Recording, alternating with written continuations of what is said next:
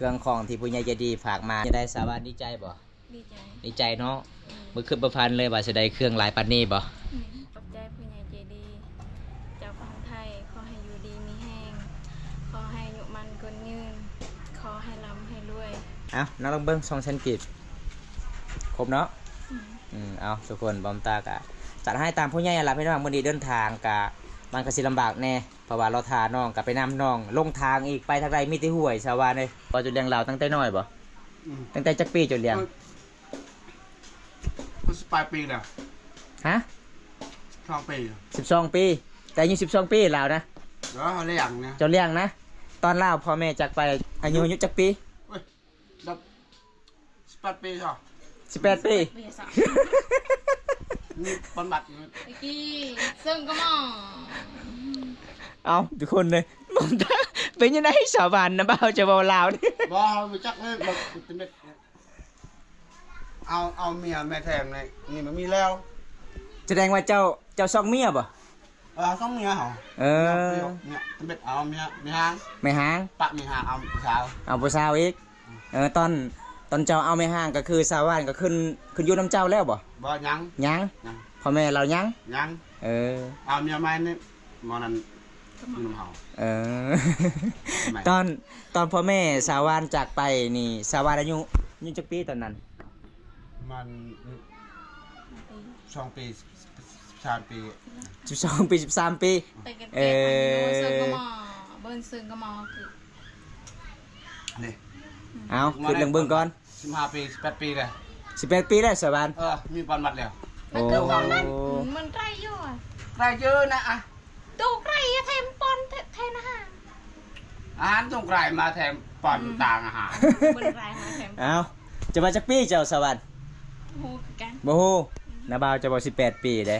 แต่เจ้าอยู่นำลาวอายุ13 ปี18 ปีแล้วเนาะอยู่นำกันกับเจ้านี่ประมาณจักปีแล้วอยู่นำเจ้านี่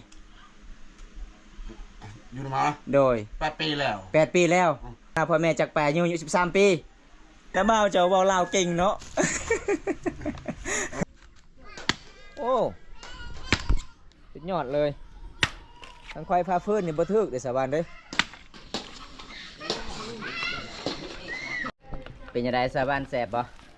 แสบลายเนาะดีใจบ่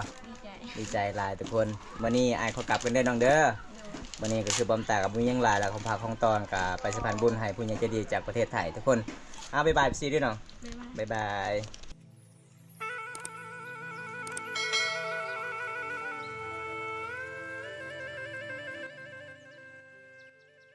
โอ้ยพี่น้องมีหลายๆคนกับสงสารน้องได้หลายคนถามว่า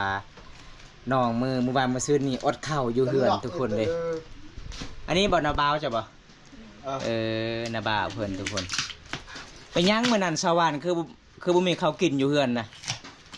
หมดข้าวบ่ย่างเขาน่ะเขาไม่ได้เอาแล้ววันนั้นได้ชาวบ้านแล้วว่าข้าวย่างอยู่แต่เจ้าบ่อยากกินแล้วว่าแม่นบ่มื้อนั้นบ่เขาว่าคอยไม่ได้เอาเขาอยู่บ้านแต่อยู่นี่บ่มีเนาะชาวบ้านเนาะมันหมดแต่มื้อนั้นชาวบ้านเปิดให้คอยติบข้าวเบิดมันกินเหล้ามันไม่ได้กินข้าวเอาเดี๋ยวบอมตักซอยน้องก่อนทุกคนอันนี้คือสำหรับจะใช้เครื่องจะเลยชาวบ้านเด้อสบายกระติกนี่นะเปิดเลยดึงออกทางข้างๆนี่แล้วก็โอ้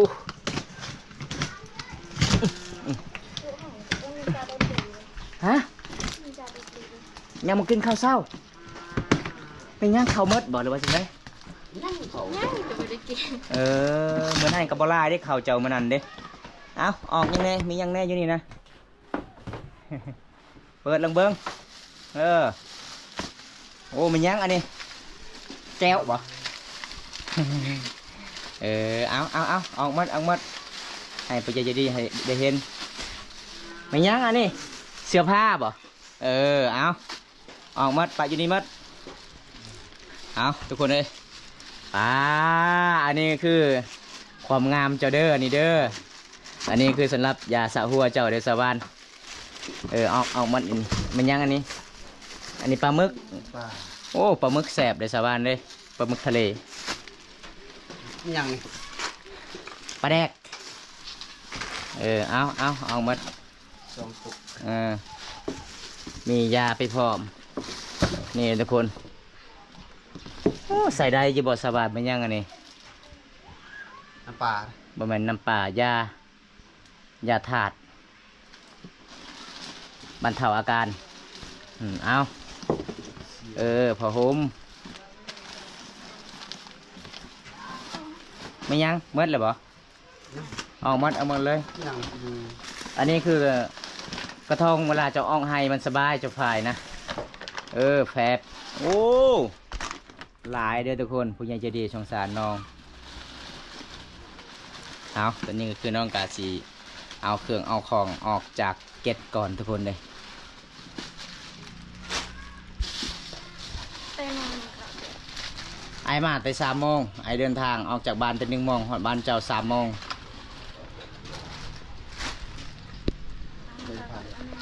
ของไทยแขว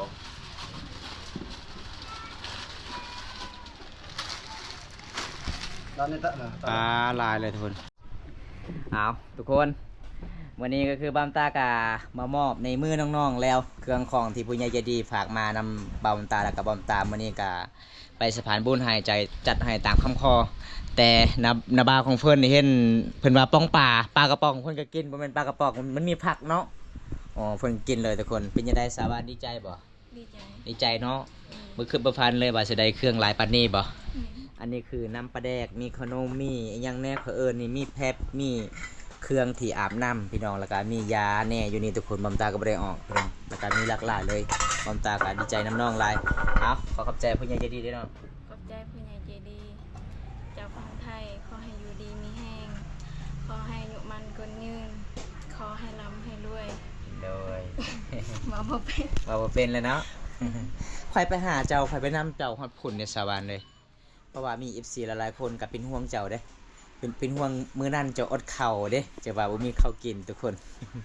อันนี้ก็คือเงินที่ผู้ใหญ่ใจดีฝากมานำอายเด้อซอยน้อง200,000กีบด้วยน้องเด้อเอาเดี๋ยวผมตาก็สิให้น้องเงินผู้ใหญ่ใจดีฝากมาก่อนทุกคนเอานับลองเบิ่ง200,000กีบครบอยู่บ่นับเบิ่งก่อนครบเนาะ เอาทุกคนบอมตากะจัดให้ตามผู้ใหญ่ละพี่น้องวันนี้เดินทางกะมันก็สิลำบากแน่เพราะว่าเราทาน้องกับไปนำน้องลงทางอีกไปทางใดมีแต่ห่วยชาวบ้านเลย ไปบ่ได้เลยทางห่วยตลอดเลย รู้สึกดีใจหลาย อันนี้คือสำหรับน้องกะทาอาบนี่กะประมาณจักเดือนจึงเบิดน้อง โอ้โห บ่ฮู้กันเนาะบ่เคยใส่บ่เครื่องคือแบบนี้บ่บ่เคยได้เลยโอ้น้องว่าบ่เคยได้เลยทุกคนเลย อันนี้คือขนมเด้อบ่แม่นว่าอาหารได้เนี่ยขนมเลยเนาะ อันนี้คือปลาหมึกแล้วก็มีไล่แนวอาหารแซ่บๆออกให้ออกส่วนน้องว่าหิวข้าวหิวน้ำแล้วก็มี FC หลายๆคนถามว่าสมมุติว่า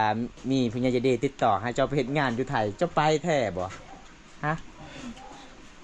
บ่ฮู้ บ่ฮู้กันบ่ แม่ ยังถามนาบ่าวกันเนาะเพราะว่าเจ้ายังมีนาบ่าวเด้มื้อนั้นเจ้ากับผิดกันอุตสาห์ก็บ่ปากก็บอกเจ้าฮู้ว่าร้านเจ้าผิดกันอุตสาห์มื้อนั้นนะกับเมียอายนะบ่ฮู้บ่ นี่ไปลงแล้ว ไปพุ่นแล้ว แสดงว่าเจ้าบ่ฮู้จักเลยโอ้ คอยนี่ฮู้จักชาวบ้านบอกว่าคอยผิดแปลงกันกับน้าสาวเอา มันไปยังไม่มานะ จะเบื่อมาแล้ว เจ้านะ แล้วลานหาอยู่มัน อยู่บ้านน้องคนนึงโอ้ทุกคน มันนั่นเลย อีกคนนั้นน่ะเฮ็ดงานห้านั่นคือ โดยเจ้าเลี้ยงตั้งแต่น้อยบ่เจ้าเลี้ยงลาวตั้งแต่น้อยบ่ตั้งแต่จักปีเจ้าเลี้ยง มันปลายปีแล้ว ฮะ 2 ปี 12 ปีแต่อายุ12 ปีลาวนะ แล้วเขาเลี้ยงเนี่ย เจ้าเลี้ยงนะตอนลาวพ่อแม่จากไปอายุจักปี ดับ18 ปีใช่ 18 ปี บ่อยากสะ นี่คนบัตร ตะกี้ซึ่งก็มอง เอาทุกคนเลยผมเป็นยังไงสาวบ้านนะบ่าวจะเว้าลาวนี่ บ่เขาไปจักเลยแบบเป็นเด็กเอาเมียแม่แทงเลยนี่มันมีแล้ว แสดงว่าเจ้าซอกเมียบ่ ต้องเมียเหรอเนี่ยเป็นเด็กเอาเมียมีหาง ไม่หาง ปะมีหางเอาสาว เอาผู้สาวอีกต ตอนเจ้าเอาไม่ห่างก็คือชาวบ้านก็ขึ้นอยู่น้ำเจ้าแล้วบ่ บ่ยัง ยัง ยัง พ่อแม่เรายัง ยัง เออ เอาเมียใหม่นี่มอนั้นอยู่น้ำเฮา เออ ไม่ ตอนพ่อแม่สาวานจากไปนี่สาวานอายุจักปีตอนนั้น มัน2 ปี3 ปี 12 ปี 13 ปี แต่กัน เอ เก็บ อ เซิงก็มอเบิ้นเซิงก็มอคือ นี่ เอาขึ้นเรื่องเบิ่งก่อน 15 ปี18 ปีเลย 18 ปีแล้วสาวาน มีบอลมัดแล้ว โอ้ มันไรอยู่อ่ะ ได้เยอะนะอ่ะ ตูกไรอะเทมปอนเทนอาหาร อาหารต้องไกลมาแถมปอนต่างอาหาร บนไรนะเทม เอาจะมาจักปีเจ้าสาวาน โหคือกัน บ่ฮู้นาบ่าวจะบ่18 ปีเด้แต่เจ้าอยู่นำลาวอายุ13 ปี 18 ปีแล้วเนาะอยู่นำกันกับเจ้านี่ประมาณจักปีแล้วอยู่นำเจ้านี่ อยู่มา โดย 8 ปีแล้ว 8 ปีแล้ว อืม ตอนลาวพอมาตอนลาวพ่อแม่จากไปอายุ13 ปี13 ปีกับ8 ปี21 ปีแล้วได้ลาวเนี่ย บ่แบบไปอยู่ในเฮานี่8 ปีแล้วแล้ว โอ้ นอนทำอายุแต่7 ปี 7 ปีอีกเอานั่นสิแม่นอยู่เนาะสำนันเนาะ7 ปีลงมาทุกคน โอ้น้าบ่าวเจ้าเว้าลาวเก่งเนาะ พัวหา อย่าหายเด้อนะบ่าวเด้อขอยหยอกเด้อ เอาทุกคนวันนี้บอมตากับไปสะพานบุญให้ก็คือถามข่าวๆเรื่องราวที่นาบ่าวเพิ่นเลี้ยงชาวบ้านแต่อย่างน้อยหน่อยก็คือนาบ่าวของเพิ่นได้เมีย2 คนตอนนั้นเอาเมียห่างเลิกกับเมียห่างก็เอาเมียผู้สาวกันได้ก็คือบอมตามื้อนี้ก็ดีใจน้ำน้องหลายทุกคนไปสะพานบุญให้ผู้ใหญ่ใจดีจากประเทศไทยแล้วก็เป็นห่วงน้องบอมตาก็ดีใจน้ำน้องหลายได้มีความให้ยิ้มมีความสุขแต่ว่ามื้อนั้นก็น้องสาวบ้านผิดกันกับน้าสาวกับเมียไอเฟิร์นบ่ฮู้จักเลยทุกคนเพิ่นว่าค่อยบ่ฮู้ค่อยไปเด้ค่อยไปแขกเพิ่นว่า เอาสาวานเก็บเครื่องของเลยน้องเอาไว้เลยน้องเอ้ย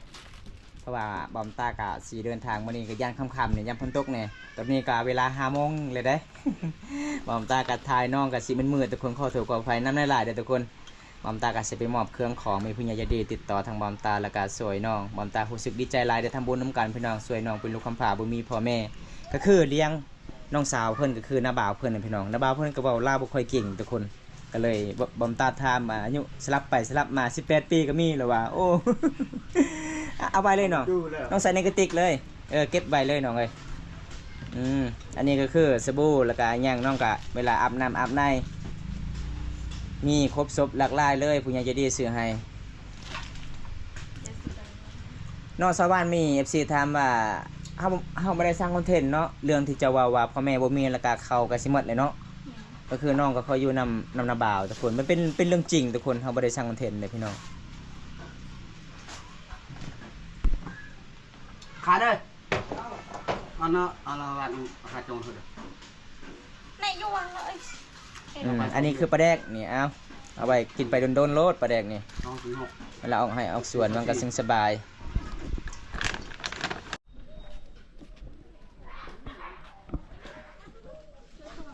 เอาหลังจากน้องมาแต่ให้แต่สวนน้องกะ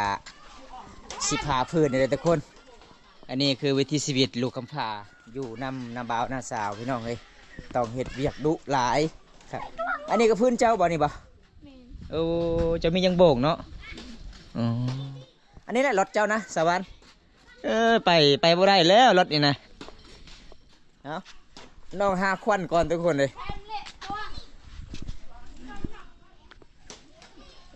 โอ้ระบายจะพูดควันนะนี่เด้โอ้ตาผู้สาวนี่แล้วเลยตาผู้สาวนี่ น้องเสียหาควันพาพื้นก่อนทุกคนมีFC หลายๆคนเนี่ยเขาจะเป็นห่วงเจ้าดิสวรรค์เขาว่าป้าสาวบ้านบ่มีข้าวเลยอดข้าวอดน้ำกินมื้อนี้ก็อดอีกบ่น้องบ่ได้กินข้าวเช้าบ่โอ้คันกินก็คือยันข้าวมดเนาะเฮือนเฮามันหลายเด้อันนี้น้องมาที่ให้ที่สวนทุกคนมาเสียหญ้าให้กับน้องก็สิพาพื้นนึงได้น้องลง11มาฮอบนี้ก็เฮือนน้องก็บ่ได้มีหมู่แล้วหมู่มัดถึกผากแล้วทุกคนเลยหมู่เจ้าบ่นี่สวรรค์หมู่เจ้าบ่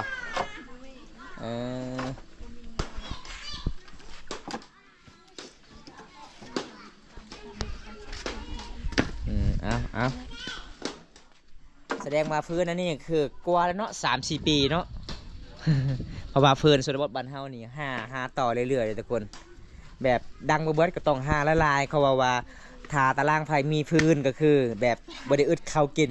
เรื่องจริงมันก็อึดเขาคือกันนะทุกคนแต่เวลาในหน้าฝนเฮาหาพื้นปะไว้ในตารางเฮือนกะเฮาดังสบายป้าปัวๆแล้วเด้อพี่น้องเอ้ยเก่งเก่งขนาดเลยสาววันอีกจากมือจึงสิแล้วให้น้องยังดนบ่โอ้สุดยอดเลย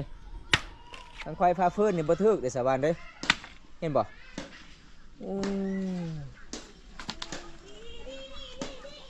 เอาฝ่าต่อบัดนี้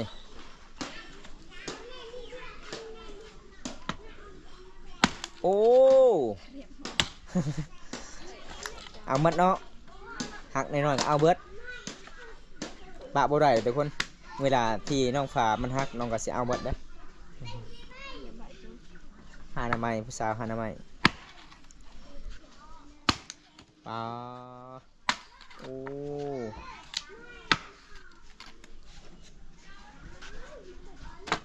ไม่ย้ำเขินนี่นะไม่ก็ไล่ผมตาว่าผมเป็นกันนะทุกคนว่าภาษามังกรเด้อไม่ก็ไล่เด้อภาษาลาวยังจักใหม่ยังเอามาภาษาลาวกับบุคคลคลองปันใดทุกคนก็ขอโทษข้อไฟนำลายพี่น้องFC กะเฮียนภาษามังกรนำเด้อพี่น้องเลยเขาก็บอกภาษามังกรนำเนี่ยคันสิเว้าลาวตลอดก็บ่ถึกในบางคำทุกคนคือน้าบ่าวเพิ่นนี่เว้าลาวสลับไปสลับมาเลยถามอยู่18 ปีแล้วกลัวอีกเอาแล้วสุดท้ายจุดปีอยู่นำบ่าวบ่ฮู้ภาษาลาวคือแบบนี้แหละพี่น้องเขาถามพอดีแล้วสำเนียงสวรรค์มันฮักเนาะเพื่อนนี่ติดไว้ได้เวลาเขาดังในสวรรค์โอ้เปาะเลยมวนหลายผู้ใดมีเมียเขตนี้ก็คือแบบนี้ล่ะพี่น้องขยันเลยน้องมาแต่หาแต่ชวนฮอดเฮือนฮอดซานกะบำตามอบเครื่องของน้องก็สิลองพาพื้นว่านึ่งเข่าก็คือสาวพายอยู่เฮือนสาวพายก็นึ่งเข่าไว้พี่น้องตักน้ำเลยหรอบอจะตักนั่งนะยื่นเจ้าน้ำมดเลยเด้อ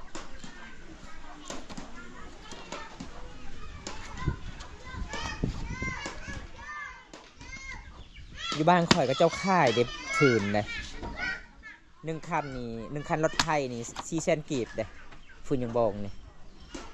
อยู่บ้านเจ้าเด็กเขาเจ้าบ่ค่ายบ่บ่มีคนซื้อแล้วเนาะบ้านเจ้าบ่ได้อึดเด้มีแต่ป่ามีแต่ดง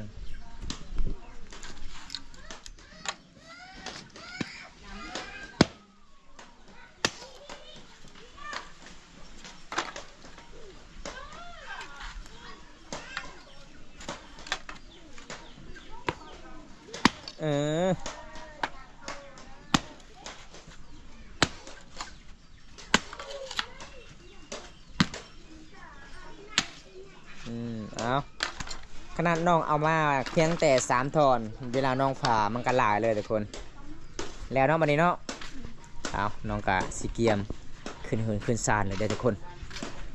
FC หลายๆคนกะเป็นห่วงน้องแล้วก็สงสารน้องบ่มีพ่อแม่เลยทุกคนก็แม่นเลยพี่น้องบ่มีพ่อแม่เลยทุกคนก็เลยบำตากะอัปเดตแล้วก็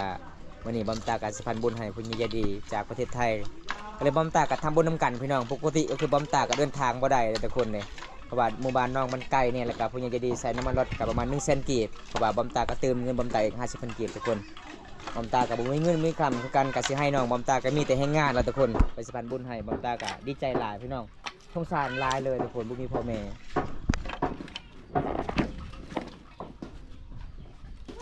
อันนี้มื้ออื่นดังเบิดแล้วเนาะมื้ออื่นเนาะดังมือเบิดทุกคนแล้วก็มาแต่ให้มื้ออื่นก็สิพาพื้นต่อเด้โอ้วิถีชีวิตน้องคนนี้ก็บ่แม่นเรื่องง่ายๆเด้อทุกคน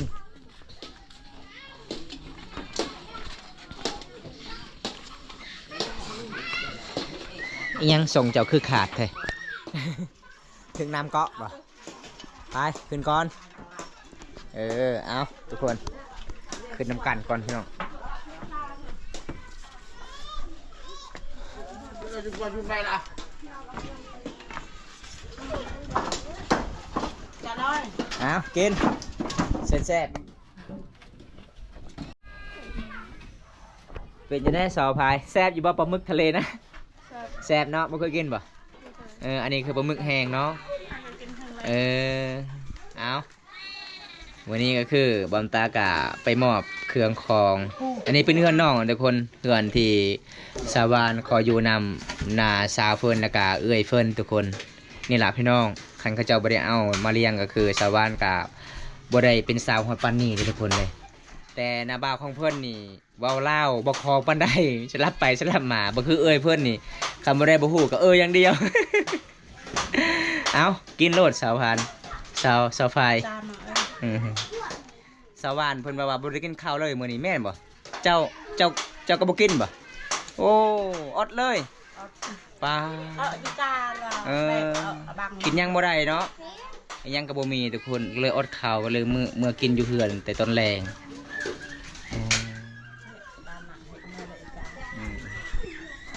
เอาวันนี้บำตาไปเยี่ยมพยายามน้องบรรยากาศยามแรงทุกคนพาน้องก็คือเป็น3 ชั่วโมงเลยแล้วก็เห็นสาวฝ่ายหนึ่งเขาปะไว้เพราะว่าเข้าอีพอยแม่เพิ่นกะบ่ได้กินออกไข่ออกชวนทุกคนเข้าไปเบิ่งห้องน้องผู้สาวก่อนเห็นยังอันนี้นะสิแป๊บน้ำบ่อันนี้ก็คือเวลาผู้บ่าวมาเจ้าก็ต้องนี่อยู่นี่เด้อเจ้าลีอยู่นี่เด้อ เจ้าลีอยู่นี่โลดคำผู้บ่าวมานะกระติกมันใหญ่เด้ เอาห้องนอนน้องทุกคนอันนี้คือน้าสาวน้าบ่าวเพื่อนอันนี้ห้องนอนน้าบ่าวกับน้าสาวเด้อนอนอยู่นี่ บ่มีอย่างพวกผมก็บ่มีเด้อทุกคนเลย สาวพายเจ้าจะไปนอนอยู่ไสเจ้านอนกันกับแม่อ้าวคันผู้บ่าวไปลิ้นเจ้าได้เฮ็ดได้วันนี้บ่มีผู้บ่าวเลยบ่โอ้ดังว่าบ่มีผู้บ่าวแม่นบ่แม่เฒ่าลูกสาวเจ้ายังนอนกับเจ้าบ่บ้าขันข่อยมานี่เบิ้งข่อยสิดึงมัด2 คนนี่ ใหญ่สำคัญเด้จักผู้ใดผู้สาวจักผู้ใดเอื้อยแล้วบัดนี้ ส่วนชาวบ้านเรานอนผู้เดียวอยู่ห้องนี่นอนกับหมู่อีกโอ้เจ้าใจดีเนาะขันหมู่มานอนเฮือนเฮาเจ้าก็ออกอีกจากห้องไปนอนนำมีแม่อีกเขานอนนำกันเต็มบ่โอ้จักคนเขานอนอยู่ห้องนี่2 คนแต่เป็นยังเจ้าคือบ่ได้นอนนำกันบ่เคยนอนอึดอัดเนาะโอ้เอาขันล่มเดสาวานบ่ได้เข้าอยู่ห้องนอนนะบ่ได้ก็เลยปะอยู่นอกเนาะให้หน้าบ่าวเพิ่นใส่ได้ทุกคนเป็นยังไงสาวานแซ่บบ่แซ่บหลายเนาะดีใจบ่ดีใจหลายทุกคนวันนี้อ้ายขอกลับกันเด้อน้องเด้อวันนี้ก็คือบอมตากับมุ้ยยังหลายแล้วของพาของตอนกับไปสะพานบุญให้ผู้ใหญ่ใจดีจากประเทศไทยทุกคนเพราะว่านี่เครื่องหลากหลายเลยผู้ใหญ่ใจดีซื้อมาให้น้องแต่น้องก็ยังใส่บ่เป็นถามบอมตาตลอดบอมตาก็เลยบอกน้องคันถ้าจะใส่บ่เป็นจะโทรหาอ้ายเด้อเดี๋ยวอ้ายก็สิสอนให้อันนี้ใส่แบบใดนี่ใส่แบบใดนะอ้ายก็บ่กันแต่อ้ายอ่านตามหนังสืออ้ายก็ฮู้จักภาษาไทยอยู่ทุกคนบ๊ายบายพี่ซีด้วยน้องบ๊ายบายเอาทุกคนจังได้บอมตากะจะได้ปิดคลิปกันสักนิดก่อนทุกคนเลยวันนี้ก็คือบอมตากะรู้สึกดีใจหลายไปเยี่ยมไปยามน้องแล้วก็ไปสะพานบุญให้จัดให้ตามคำข้อผู้ใหญ่ใจดีจากประเทศไทยทุกคนบอมตากะเดินทางเรื่อยๆพี่น้องถ้าผู้ใดให้บอมตาไปก็คือบอมตากลับไปได้พี่น้องถ้าบอมตาวางเวียกปกติคือบอมตาบ่ค่อยวางเวียกชุดนี้พี่น้องเฮ็ดให้เนี่ยแล้วก็ดำนาเนี่ยทุกคนยังทันได้แล้วเพราะว่ามีที่2 คนบอมตากับน้องสายเฮ็ดทุกคนแล้วก็พ่อแม่เท่าแล้วพี่น้องก็เจ้ากับบริเฮ็ดเวียกเฮ็ดงานพี่น้องกินมีแต่บอมตาอย่างใดบอมตาก็จะได้ปิดคลิปไปสักนิดก่อนพอได้รับชมคลิปนี้แล้วก็ขอให้ดีๆมีแรงเด้อทุกคนขอให้ร่ำให้รวยขอให้อายุมั่นคนยืนพี่น้องว่าจะเป็น FC บอมตาในประเทศและต่างประเทศพี่น้องคลิปหน้าพบกันใหม่ขอกล่าวคำว่าบันส่วนเด้อบ๊ายบาย